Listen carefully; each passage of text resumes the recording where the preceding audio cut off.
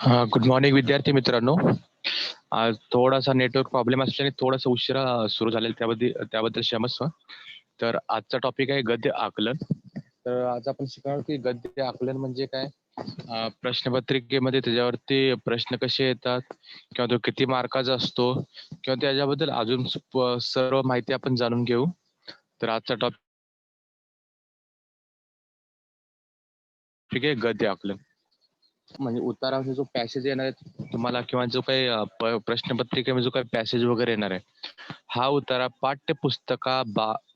बाहेरील आणि 80 ते 100 शब्दाचा असतो. दिलेल्या उत्तरावर आधारित 5 प्रश्न बनवायचे असतात. उतारा काळजीपूर्वक 2दा वाचणे, त्यावर आधारित प्रत्येकी एका वाक्यात उत्तर येईल असे 5 प्रश्न तयार करणे आवश्यक असते. एकच उत्तर येईल असे 2 प्रश्न विद्यार्थ्यांनी तयार करू नयेत. तर हे गद्य आकलन म्हणजे काय किंवा कशा प्रकारे प्रश्न विचारले जातात ह्याच्यामध्ये तुम्हाला प्रश्नपत्रिकेमध्ये 5 मार्कासाठी हा प्रश्न येतो. तर ह्याच्यामध्ये काय असतो, जे काही तुम्ही वर्षभर तुम्ही पुस्तकामधील पाठ वाचता किंवा जे काही धडे वाचता किंवा काय जे काही लेसन्स वगैरे घेता, त्यामध्ये पॅसेज न देता किंवा त्यामधील उतारा न देता पाठ्यपुस्तकाबाहेर उतारा तुम्हाला दिला जातो किंवा कोणताही एखादा चांगला उतारा असेल, एखाद्या साहित्यिकाचा असेल किंवा काही कोणत्याही प्रसिद्ध पुस्तकामधील असेल, हा उतारा तुम्हाला दिला जातो. हा सुमारे 80 ते 100 शब्दाचा असतो. आता ह्याच्यावरती तुम्हाला काय करायचं असतं, की जो जो काही उतारा दिलेला असेल तुम्हाला, त्याच्यावरती तुम्हाला एकूण 5 प्रश्न तयार करायचे. 5 प्रश्न कसे तयार करायचे, त्यांचं स्वरूप कसं असलं पाहिजे, हे आपण नेक्स्ट स्लाइडमध्ये घेणार आहोत. तर एकूण तुम्हाला किती 5 प्रश्न तयार करायचे. सर्वप्रथम जो उतारा येईल किंवा जो काही पॅसेज येणार आहे तुम्हाला, तो पूर्ण व्यवस्थित वाचून घ्यायचा आहे. एकदा वाचणे, दोनदा वाचणे, दोनदा नाही समजलं तरी 3दा वाचणे. कारण ह्या गद्य आकलनामध्ये तुम्हाला हे खूप महत्वाचं किंवा खूप अनिवार्य असं आहे की तुम्हाला हा पूर्ण उतारा किंवा हा पूर्ण पॅसेज समजलाच पाहिजे. जोपर्यंत तुम्हाला पॅसेज समजत नाही तोपर्यंत तुम्हाला तो काय करायचा आहे, वाचायचा आहे. आणि वाचल्यानंतर तुम्हाला त्याच्यामध्ये काय करायचे, असे 5 प्रश्न तयार करायचे ज्याचे उत्तर काय असतील फक्त एका वाक्यामध्ये असतील. असं नाही की तुम्ही असा प्रश्न विचारू शकत नाही की स्पष्टीकरण द्या, कारणे सांगा किंवा सविस्तर उत्तरं द्या. नाही, तुम्हाला काय करायचं, असा प्रश्न काढायचा जो फक्त कसा असेल, एका मार्कासाठी वैध असेल. एका मार्कासाठी वैध असतो याचा अर्थ काय असतो, त्या प्रश्नाचं उत्तर जास्तीत जास्त 1 ते 2 मध्ये आलं पाहिजे, त्याच्यापेक्षा जास्त नाही. नाहीतर तुम्ही सविस्तर उत्तरे द्या, स्पष्टीकरण द्या, भौगोलिक कारणे द्या, अजून काही असतील, अशा प्रकारचे प्रश्न तुम्हाला तयार करायचे नाहीत. तुम्हाला असे प्रश्न तयार करायचे आहेत त्याचे उत्तर फक्त काय येतील, हे एका वाक्यामध्ये येतील. आणि प्रश्न असे तयार करायचे की प्रत्येक प्रश्नाचं उत्तर हे वेगवेगळं आलं पाहिजे. नाहीतर तुम्ही असं कराल की 2 प्रश्न असे काढाल की त्याचं उत्तर एकच आहे, असं नाही. समजा एक उतारा दिला, काहीतरी असं लेखकाचं मनोगत वगैरे दिलं आणि तुम्ही वरती प्रश्न विचारला की या उत्तराचे लेखक कोण आहेत. शेवटी तोच प्रश्न विचारला की ह्या उत्तराचे लेखक कोण आहेत. नाही, तुम्हाला काय करायचं, असे प्रश्न विचारायचे जे 5च्या 5 उत्तर जे असतील किंवा 5 उत्तर असतील हे पूर्णपणे वेगळे असतील. त्याच्याशिवाय तुम्हाला दुसरे प्रश्न बनवायचे नाहीत. तर हे एक इंट्रोडक्शन झाली किंवा ज्याला आपण बोलतोय सर्वप्रथम माहिती झाली की उतारा कशा प्रकारचा असतो. सुमारे 80 ते 100 शब्दाचा असतो. त्यावरती तुम्हाला आधारित 5 असे प्रश्न तयार करायचे. प्रश्न असे तयार करायचे आहेत की जे उत्तर काय असेल त्याचे फक्त एका वाक्यामध्ये असतील किंवा 1 ते 2 ओळीमध्ये असेल. आणि असे प्रश्न तयार करायचे की त्याचे उत्तर हे वेगवेगळे आले पाहिजेत. 5चे उत्तर काय पाहिजेत, हे वेगवेगळे आले पाहिजेत. आणि सर्वप्रथम तुम्हाला ते काय करायचे, तुम्हाला तो उतारा 2 ते 3 वेळा वाचून घ्यायचा. 2 ते 3 वेळा वाचल्यानंतर तुम्हाला लक्षात येणार आहे की उतार्यामध्ये नक्की काय सांगितलेलं आहे आणि आपल्याला कशा प्रकारचे प्रश्न बनवायचे.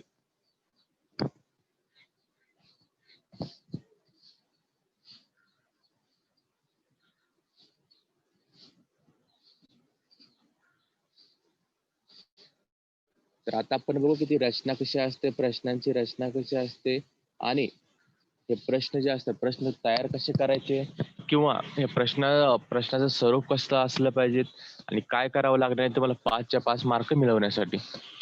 प्रश्नाची रचना करता येणे हे महत्वाचे भाषिक कौशल्य आहे. हे कौशल्य प्राप्त होण्यासाठी गद्य आकलन घटकाचा समावेश अभ्यासक्रमात करण्यात आला आहे. म्हणजे भाषिक कौशल्य म्हणजे काय? जे काही तुम्ही वाचता किंवा जे काही तुम्ही पठण करता किंवा अजून काही जे काही करता, त्यावरती तुम्हाला प्रश्न तयार करता आला पाहिजे. म्हणजे काय? तुम्ही जेव्हा क्लासमध्ये असता किंवा वर्गामध्ये असता, शिक्षक शिकवतात वगैरे जे काही करतात, मग तुम्ही प्रश्न विचारता. प्रश्न विचारता म्हणजे काय? तुम्हाला तो पाठ जो असेल किंवा जो काही लेसन असेल, तो काय काय काय करायचं तुम्हाला पूर्णपणे समजून घ्यायचं. हे एक तुमचं काय झालं कौशल्य झालं. मग त्यामध्येच भाषिक कौशल्य म्हणजे काय? तुम्हाला प्रश्नाची रचना करता आली पाहिजे आणि हे कौशल्य प्राप्त करण्यासाठी गद्य आकलन घटकाचं म्हणजे हे त्याचं कारण काय आहे, की हा तुमच्या प्रश्नपत्रिकेमध्ये किंवा त्या अभ्यासक्रमामध्ये का का तुम्हाला समाविष्ट करण्यात आलाय, की तुमचं भाषिक कौशल्य जे असेल, ते भाषिक कौशल्य काय करण्यात येईल तुमचं हे वाढवण्यात कसं मदत होईल, हे यातून सांगायचं. दिलेला उत्तर वाचून त्यावर आधारित 5 प्रश्न तुम्हाला तयार करायचे आहेत. हे 5 प्रश्न असे असावेत त्याची उत्तरे फक्त एका वाक्यात येतील. जसं मी पहिले सांगितलं, की तुम्हाला उत्तर वाचून तुम्हाला काय करायचं 5 प्रश्न तयार करायचे आणि असे प्रश्न तयार करायचे जे काय असतील उत्तर फक्त एका वाक्यामध्ये असतील. आता पहिला उतारा जेव्हा वाचता तेव्हा तुम्हाला काळजी काय करून घ्यायची काय करायचं तुम्हाला किंवा कसल्या प्रकारचं कशा प्रकारे तुम्हाला वाचायचं. सर्वप्रथम तो पूर्ण उतारा जो असेल तो काळजीपूर्वक वाचायचा आहे. काळजीपूर्वक वाचायचं म्हणजे काय? काळजी घेऊन वाचायचं नाही. काळजीपूर्वक म्हणजे त्यामध्ये कोणत्या प्रकारचे व्याकरण लिहिलंय, त्या उत्तरामध्ये कोणत्या प्रकारची भाषा वापरली आहे, त्या ह्याच्यामध्ये उत्तरामध्ये अजून काय मेन काय सांगितलं किंवा महत्त्वपूर्ण घटक काय असेल तो तुम्हाला बघायचा आहे. दुसरा विचार समजून घ्या. विचार समजून घ्या म्हणजे काय? उत्तरामध्ये तुम्हाला नेमकं कशाबद्दल सांगितलेलं आहे किंवा उत्तरामध्ये तुम्हाला नक्की काय सांगेल. समजा एखाद्या लेखकाचं मनोगत असेल. आता लेखकाचं मनोगत जे असेल तर तुम्हाला ते लेखक काय करणार स्वतःच्या जीवनाबद्दल सांगणार किंवा अशा प्रसंगास बद्दल सांगणार जो काही महत्वाचा असेल. म्हणजे तुम्हाला काय करायचं तर उत्तराचा हा विचार समजून घ्यायचा आहे की नक्की आहे काय त्याच्यामध्ये. त्यानंतर संकल्पना समजून घ्या. म्हणजेच जो काही उतारा दिलेला असेल किंवा जो काही आशय दिलेला असेल त्याची संकल्पना समजून घ्यायची आहे, की नक्की त्या उतारामध्ये सांगायचं काय आहे.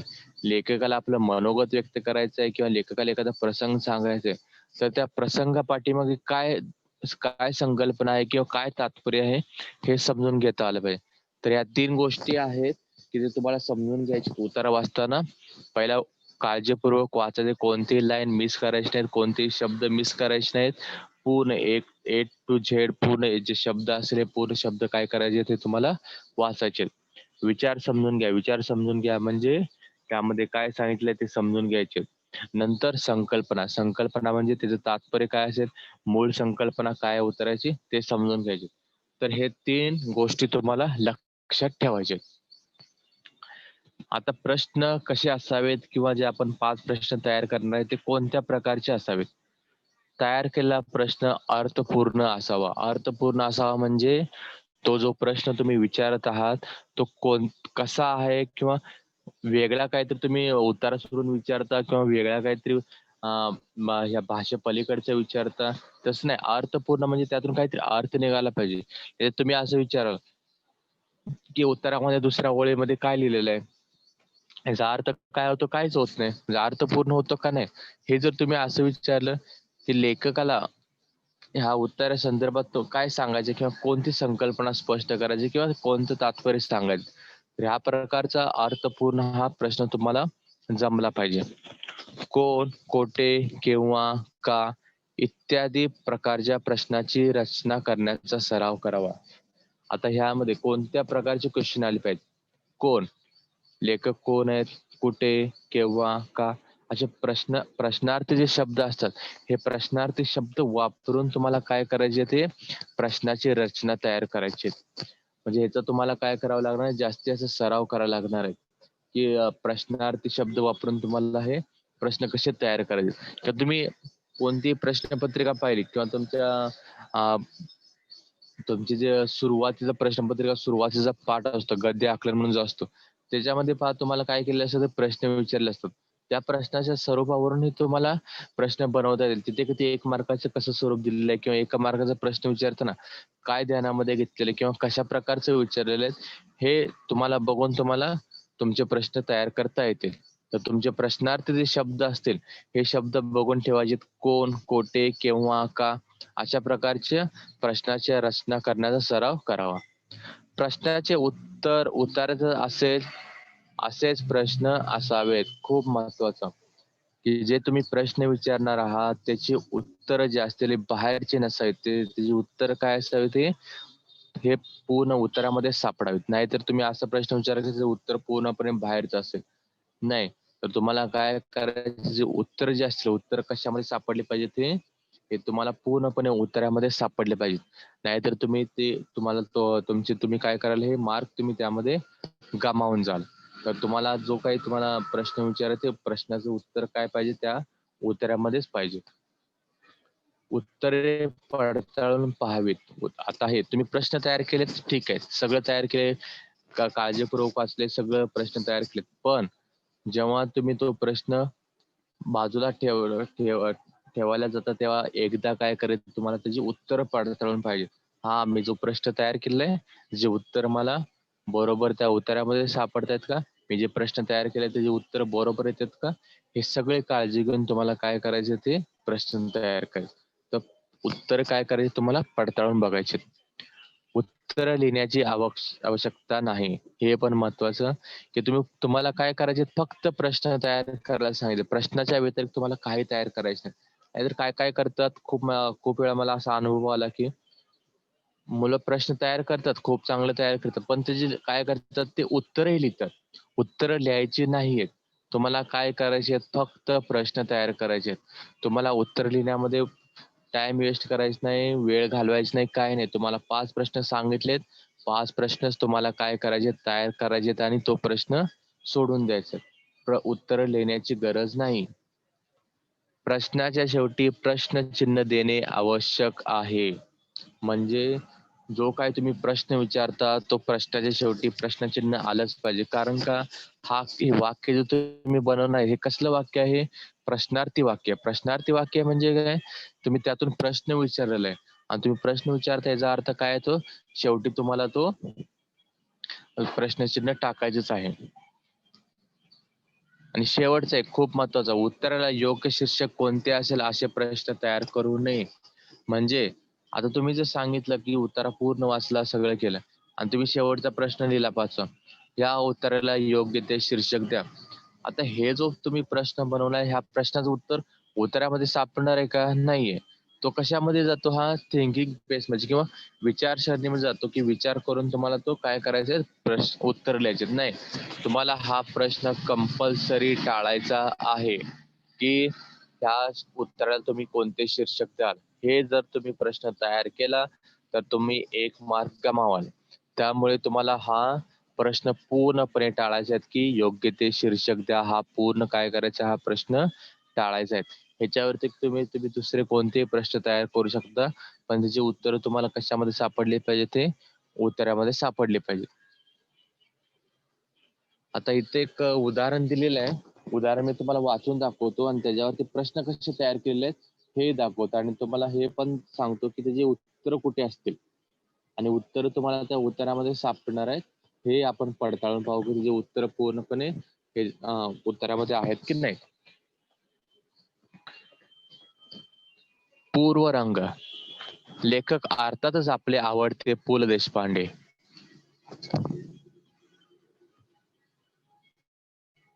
पूर्वरंग हे प्रवास वर्णन म्हणून प्रसिद्ध आहे, पण पूर्वेकडील देशांचे प्रवास वर्णन यापेक्षा पूर्वेकडील देशांतील विविध लोकांच्या आंतरिक हेच नावेला साजेसे ठरेल. अर्थात हे केवळ एक प्रवास वर्णनच नाही, तर ते आहे विविध देशातील अनेक व्यक्तीचे स्वभाव, राहणी, त्यांचे आचार विचार एवढेच नव्हे तर त्यांचे वैशिष्ट्यपूर्ण पोशाख, खाद्यपदार्थ यांचा बारकाईने केलेला अभ्यास आणि त्यांचे मनोवेदक चित्रण. आणि या चित्रणाला पुलंच्या विनोदी शैलीने प्राप्त झालेला अनोखा रंग. पुस्तकाची सुरुवातच होते लेखकाच्या प्रवास तयारीने. त्यात लेखकाचा उडणारा गोंधळ, परदेशी जाताना घ्यायची लागणारे इंजेक्शने आणि त्यातील कर्मचाऱ्यांचा गलथानपणा विनोदी भाषेत व्यक्त करताना पुलंनी इतके छान किस्से सांगितले आहेत की पहिल्यांदा वाचतानाच हे पुस्तक मनाची पकड घेते. आता यामध्ये पहा, जो तुम्हाला उतारा दिलाय, उतारा जास्तीत जास्त 80 ते 100 शब्द आहे, त्यापेक्षा मोठा नाहीये. म्हणजे हा वाचताना तुम्हाला काय करायचं, प्रत्येक शब्द, प्रत्येक वाक्य बारकाईने वाचायचं आहे आणि बारकाईने तुम्हाला त्याचा वाचतानाच अभ्यास करायचा की ह्याच्यामध्ये कशाबद्दल सांगितलेलं आहे. आता ह्यामध्ये हा असं आपण जेव्हा हे वाचलं, उत्तरा वाचला, तर त्यामध्ये आपल्याला काय समजून झालं, त्या उत्तरामध्ये काय सांगितलंय, एक प्रवास वर्णन सांगितलंय. की प्रवास वर्णन म्हणजे तिथले जेव्हा आपण प्रवास करतो, प्रवासामध्ये आपल्याला काय काय वेगळं सापडतं किंवा आपण एखाद्या ठिकाणाला भेट देतो, तर तिथं तुम्हाला वेगळं काय सापडतं, या संबंधित हा उत्तर आहे. आता ह्याच्यावर जे 5 प्रश्न कसे तयार केलेत ते बघा. पूर्वरंग पुस्तकाचे लेखक कोण? सिंपल साधा क्वेश्चन, की पूर्वरंग पुस्तकाचे लेखक कोण आहेत? तर पु. ल. देशपांडे. पूर्वरंग पूर्वरंग या पुस्तकाचा वाङ्मय प्रकार कोणता? त्याचा वाङ्मय प्रकार आहे हा प्रवास वर्णन. पुस्तकाची सुरुवात लेखक कोणत्या विषयाने करतात? आता ह्यामध्ये तुम्हाला जर पाहिलं, आता ही काठिण्य पातळी जी असेल, ही काठिण्य पातळी काय आहे, ही थोडी अवघड अवघड होत गेली. सुरुवातीला काय विचारलं, की लेखक कोण आहेत, वाङ्मय प्रकार कोणते आहेत आणि आता लेखक कोणत्या विषयाने सुरू करतो. तर ह्या लेखकाने या पुस्तकाची सुरुवात जी आहे, हे प्रवास वर्णनाने सुरू केलेली आहे किंवा हे लोकांचे विविध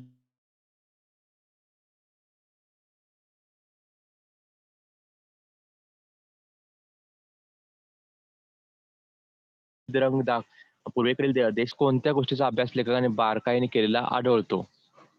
आता पुस्तकामध्ये लेखकाने विविध लोकांचे स्वभाव, राहणी, आचार-विचार एवढेच नव्हे तर त्यांचे वैशिष्ट्यपूर्ण पोशाख, खाद्य प्रकार यांचा बारकाईने अभ्यास केलेला आहे. पुस्तकातून लेखकाच्या कोणत्या लेखन शैलीचा परिचय होतो. आता ह्याच्यामध्ये तुम्हाला असेल थोडासा विचार करावा लागतो, की ह्याच्यामध्ये कोणत्या प्रकारचा, कोणत्या लेखन शैलीचा हे केलेला आहे, परिचय केलेला आहे.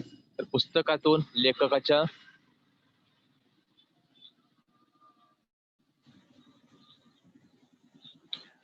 कोणत्या लेखन शैलीचा, हा विनोद लेखन शैलीचा परिचय होतो. विनोद म्हणजे काय?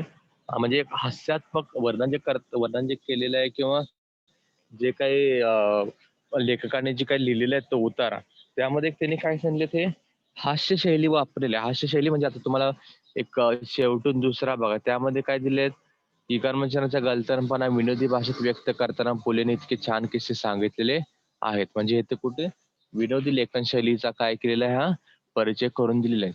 आता हे पहा, आपण जे 5च्या 5 जे क्वेश्चन केलेत किंवा आपण 5च्या 5 प्रश्न तयार केलेले आहेत. प्रश्नांचे उत्तर तुम्हाला काय मिळणार आहे, ते उत्तरामध्येच मिळणार आहेत.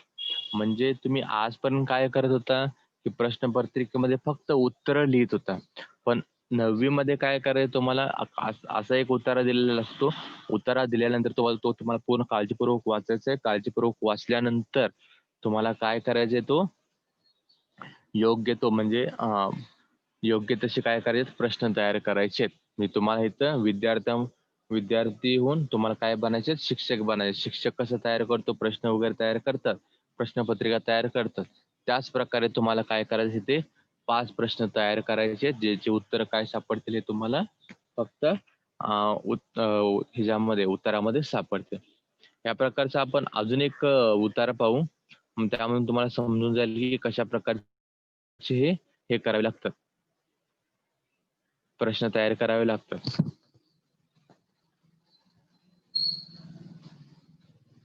1 सेकंड जरा.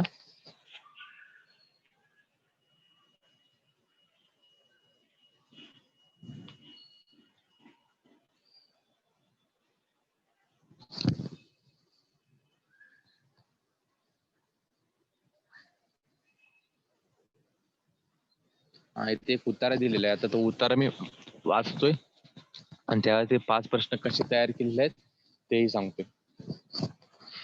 निसर्गातील प्रत्येक दृश्य माणसाच्या मनाला सॉरी निसर्गातील प्रत्येक दृश्य माणसाच्या मनाला आनंदित करणारे आहे. सूर्यास्ताच्या वेळी आकाशात अवर्णनीय शोभा दिसते.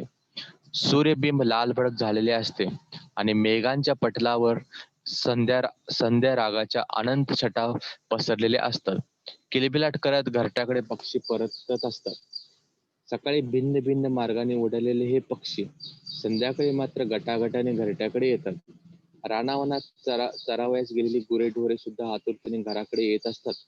गायीची आचळ वासरांच्या ओढणीत तुडुंब भरलेली असतात. आधीर येऊन हंबरतच त्या गोट्याकडे धावतात. तेव्हा त्यांच्या गळ्यातील तो घंटानाद कानाला तृप्त करतो. त्याच वेळी त्यांच्या पावलाने उडालेली धूळ वातावरणातील लाल रंगात मिसळते आणि वातावरणाला पवित्र करते. मंद मंद वाऱ्याच्या झुळका झाडे वेलींना हिंदवतात.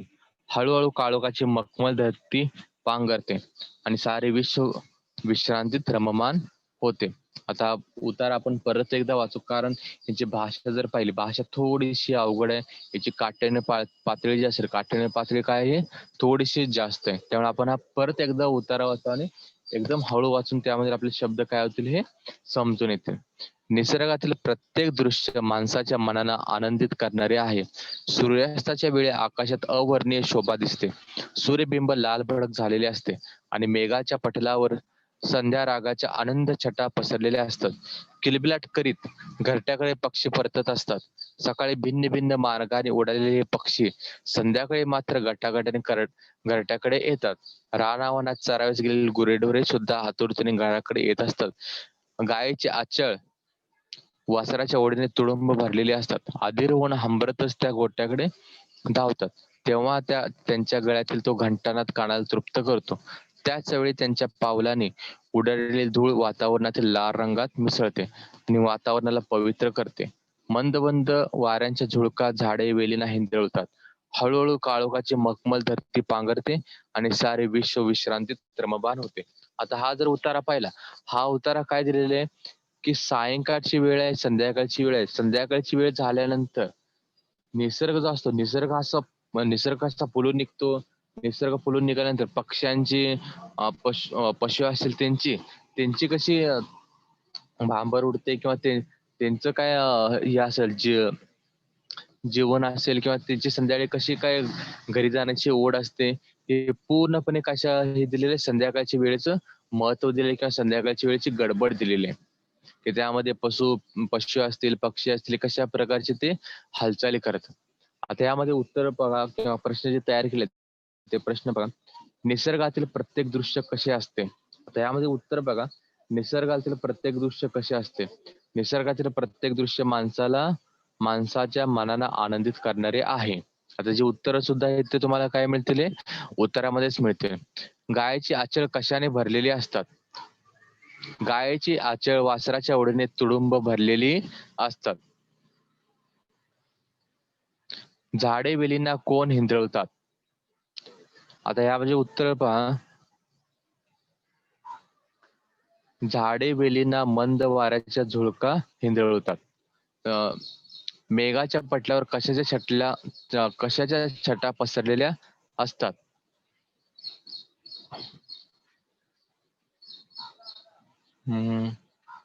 आता याचं उत्तर बघा, तिसऱ्या लाईन मध्ये मेघाच्या पटलावर संध्या रागाच्या अनंत छटा पसरलेल्या असतात. उत्तर तुम्हाला ते तिसऱ्या लाईनीमध्ये सापडेल. आता लास्टचा क्वेश्चन आहे, धरती काय पांघरते? आता इथे पहा काय दिलेलं आहे, धरती ही मंद मखमल सॉरी धरती ही काळोखाची मखमल मखमल पांघरते. हे शेवटचं उत्तर आहे. शेवटच्या लाईन मध्ये काय, धरती ही काळोखाची मखमल पांघरते. आता हे पाच जे आपण प्रश्न पाहिले, पाचही प्रश्नाचे उत्तर जे असतील, उत्तर तुम्हाला कशामध्ये सापडणार आहेत, हे या उत्तरामध्ये सापडणार आहेत. तुम्हाला कुठे बाहेर शोधावे लागणार नाहीत, कुठे आहेत. म्हणजे ह्याचा अर्थ कसा झाला की तुम्हाला जो काही उतारा दिलेला असेल, सर्वप्रथम जो काही उतारा दिलेला असेल तो उतारा तुम्हाला काय करायचा आहे, 2 वेळा वाचून घ्यायचा आहे. ज्या विद्यार्थ्यांना 2 वेळा वाचूनही त्यातील संदर्भ समजत नाही, त्यांनी तिसऱ्यांदाही वाचायला काही आश्चर्य नाही. त्याने तिसऱ्यांदाही वाचला तरी चालेल, कारण ह्याच्यामध्ये तुम्हाला काय मिळतं, ते 5 पैकी 5 मार्क मिळायला मदत होते. त्यामुळे तिसऱ्यांदा वाचला तरी काही प्रॉब्लेम नाही, काही समस्या नाही. त्यामुळे तुम्हाला हा काय करायचं, जोपर्यंत समजत नाही तोपर्यंत हा उतारा वाचायचा आहे. दुसरी गोष्ट यामध्ये लक्षात ठेवायचं की तुम्हाला 5 प्रश्न तयार करायचे. 5ही प्रश्नाचे उत्तर काय पाहिजेत, हे एका वाक्यामध्ये पाहिजेत. आणि यापैकी कोणते शीर्षक किंवा ह्या उत्तराला कोणते शीर्षक योग्य असेल अशा प्रकारचे प्रश्न टाळावेत, पूर्ण टाळावेत. की असे प्रश्न विचारा ज्याची उत्तर काय असतील ह्या पूर्ण उत्तरामध्ये सापडतील. आणि तुम्हाला शेवटी प्रश्नाच्या शेवटी काय द्यायचे ते प्रश्नार्थक चिन्ह द्यायचे, कारण आपण काय विचारलेलं आहे, हा प्रश्न विचारलेला आहे. तरी आपण 2 उदाहरणं पाहिले उत्तराची उदाहरणं पाहिल्यानंतर आपल्याला असं कळतं की यामध्ये इतके सोपे प्रश्न आपण बनवू शकतो की त्यात तुम्हाला काय करायचे ते 5 पैकी 5 मार्क सुद्धा मिळू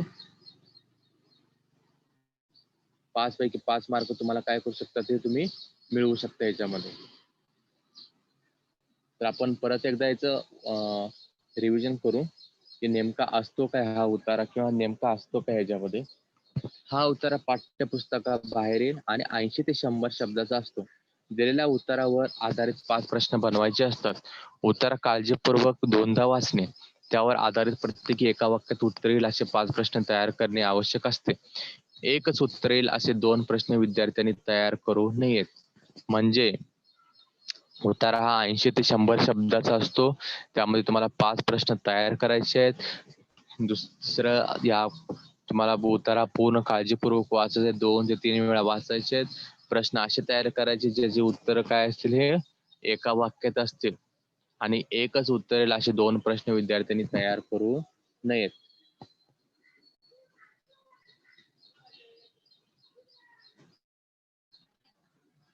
उतारा वाचताना काळजीपूर्वक वाचावा, त्याचे विचार समजून घ्यावेत, संकल्पना समजून घ्यावी. त्यानंतर हे 3 जर तुम्ही पथ्य पाळली तर तुम्हाला उतारा आपोआप समजून येतो. आता प्रश्न कसे तयार करायचे, प्रश्न अर्थपूर्ण असावा. कोण, कोठे, केव्हा, का इत्यादी प्रकारची प्रश्नाची रचना करण्याचा सराव करावा, म्हणजे प्रश्नार्थी शब्द त्याच्यामध्ये काय आले पाहिजेत. प्रश्नाचे उत्तर हे उत्तरातच असेल असेच प्रश्न तयार करायचे. उत्तरे परत एकदा पडताळून बघायची की उत्तरं त्याची येतात का किंवा उत्तरामध्येच उत्तरं आहेत का. उत्तरे लिहिण्याची आवश्यकता नाही. तर लिहिण्याची आवश्यकता नाही म्हणजे तुम्हाला फक्त काय करायचं ते प्रश्न तयार करायचे आहेत, त्यामुळे उत्तर लिहिण्याची आवश्यकता नाही. प्रश्नाच्या शेवटी प्रश्नचिन्ह देणे अनिवार्य आहे. तर तुम्हाला जेव्हा तुम्ही प्रश्न तयार करता, प्रश्नाच्या शेवटी तुम्हाला काय करायचे ते प्रश्नार्थी चिन्ह द्यायचंय. उत्तराला योग्य शीर्षक कोणते असेल हे हा प्रश्न टाळवायचा आहे, म्हणजे हा प्रश्न तिथे येणार नाही. कारण तुम्हाला प्रश्न असे विचारायचे जे उत्तर काय असतील हे उत्तरामध्येच असतील. आता शेवट 5 मिनिट आले तर आपण शेवटच्या 5 मिनिटांमध्ये अजून एक उत्तर पाहू. त्या उत्तरावरून तुम्हाला समजून येईल की कोणत्या प्रकारचे उत्तर येतात आणि कशा प्रकारचे प्रश्न तयार करायचे.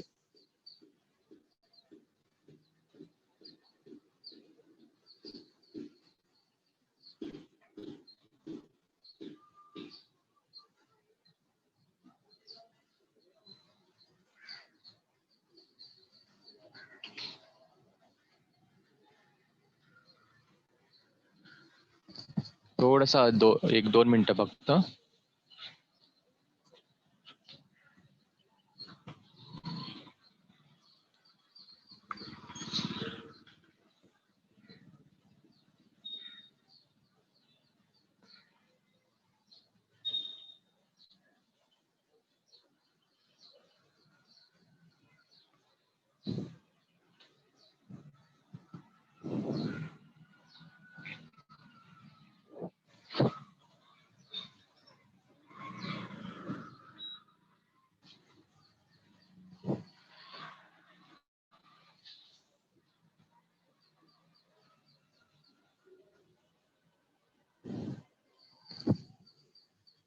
त्यामध्ये दुसरा उतारा दिलेला तो वाचू आपण. त्याच्यावरती प्रश्न कशा प्रकारचे तयार केले जातात ते पाहू आपण. उतारा क्रमांक 2. मित्रांनो, प्रत्यक्ष उदाहरणाने जे शिक्षण मिळते ते शेकडो वाक्याने ऐकून किंवा अनेक ग्रंथ वाचूनही मिळत नाही. कृती मुखपणाने बोलते. शब्दाहूनही ती परिणामकारक असते. कसे जेवावे याची सुद्धा आपल्याकडे संस्कृती आहे. माझे वडील नेहमी सांगायचे, आपल्या पानाकडे पाहून जेवावे. पानावर वस्तू असता मागू नये. येईल तेव्हा घ्यावी. पंक्तीत सर्वांना वाढायला आणतील तेव्हा आपणासही मिळेल. हावरेपणा करू नये. शिते पानाच्या खाली सांडू नये. पानात काही ठेवू नये. पानावरील पदार्थावर टीका करू नये. पानात गुंतवळ किंवा काही सापडले तर निमूटपणे काढावे. वाच्यता करू नये, दुसऱ्यास ते दाखवू नये, कारण दुसऱ्यांना किळस येते. विषारी वस्तू सापडली तर मात्र सांगावे, पान कशी लक्क करावे. या सांगण्याप्रमाणे वडील स्वतः वागत असेल. मी अनेकांना जेवताना पाहिले आहे, परंतु माझ्या वडिलांचे जेवण झाल्यावर ताट जितके स्वच्छ व निर्मळ दिसे तसे मी कोठे पाहिले नाही. आता हा जर आपण उतारा पाहिला, हा उतारा कशा संदर्भात दिलेला आहे, की भारतीय संस्कृतीमध्ये जेवणाला किती महत्व आहे किंवा अन्नाला किती महत्व आहे, किंवा जेवण जेव्हा आपण करतो तेव्हा कोणत्या गोष्टी आपल्याला करायच्या किंवा कोणत्या गोष्टी टाळायच्या आहेत, हे आपल्याला ह्या उत्तरामधून सांगितलेले. आता ह्यामधून 5 प्रश्न कसे तयार केले हे आपण बघू. आता बघा, उदाहरणातून मिळणारे शिक्षण कसे असते. आता जे उत्तर काय दिलेले आहेत बघा.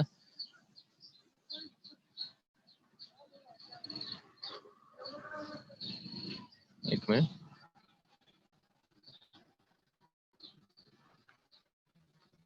उदाहरणातून मिळणारे शिक्षण हे शेकडो वाक्याने ऐकून किंवा अनेक ग्रंथ वाचून हे मिळत नाहीत. हे त्याचं उत्तर येणार आहे. आपल्याकडे कशाची संस्कृती आहे, आपल्याकडे कसे जेवावे याची संस्कृती आहे. पानात गुंतवळ किंवा काही सापडले तर काय करावे. पानात गुंतवळ आणि काही सापडले तर ते निमूटपणे काढावे, त्याची वाच्यता करू नये व ते दुसऱ्यात दाखवू नये. पान कसे असावे. पान पान हे लक्क असे असावे, किंवा पान हे पान हे लक्क असावे. कृती कशी बोलते.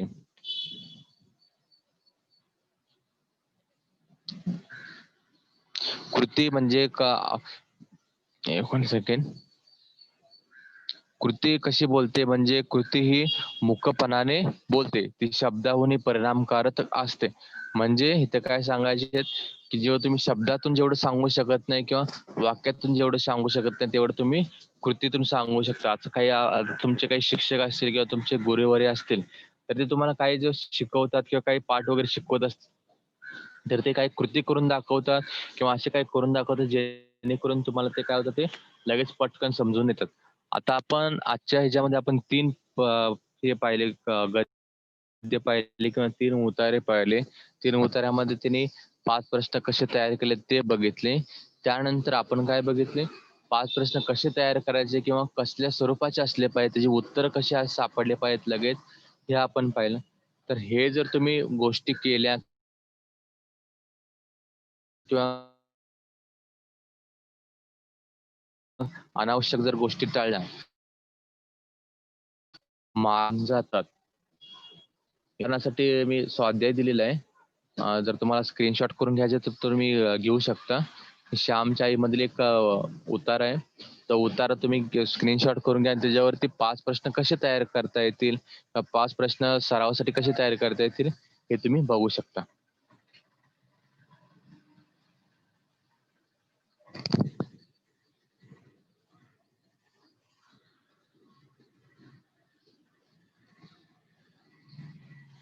तर हा आजचा आपला पाठ होता गद्य आकलन, जो प्रश्नपत्रिकेमध्ये किती 5 मार्कासाठी येतो आणि 5 मार्कासाठी आपल्याला 5 प्रश्न तयार करायचे.